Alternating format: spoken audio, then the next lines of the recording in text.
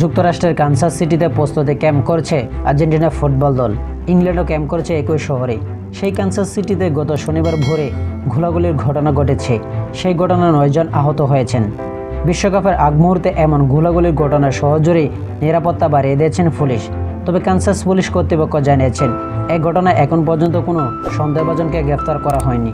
সংবাদ মাধ্যম the Atletico প্রতিবেদন অনুসারে স্থানীয় সময় ভোর 4টার দিকে হামলার খবর পায় পুলিশ।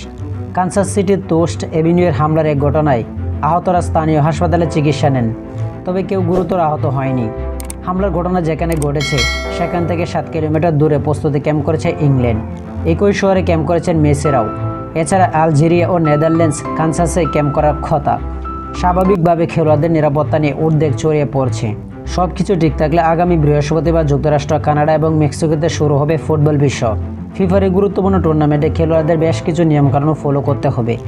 বিশ্বকাপের সময় ফুটবল আর আন্তর্জাতিক ফুটবল অ্যাসোসিয়েশন বোর্ড আইএফএ বিশ্ব উপরোধিত সংস্থার কড়া নজরদারি থাকবে। তো আশা করি যারা টি স্পোর্ট গ্যালারি চ্যানেলটি সাবস্ক্রাইব করেন না, সবাই টি স্পোর্ট গ্যালারি চ্যানেলটি সাবস্ক্রাইব করবেন এবং ভিডিওটা ভালো লাগলে লাইক অ্যান্ড শেয়ার কমেন্ট করবেন। ধন্যবাদ সকলকে।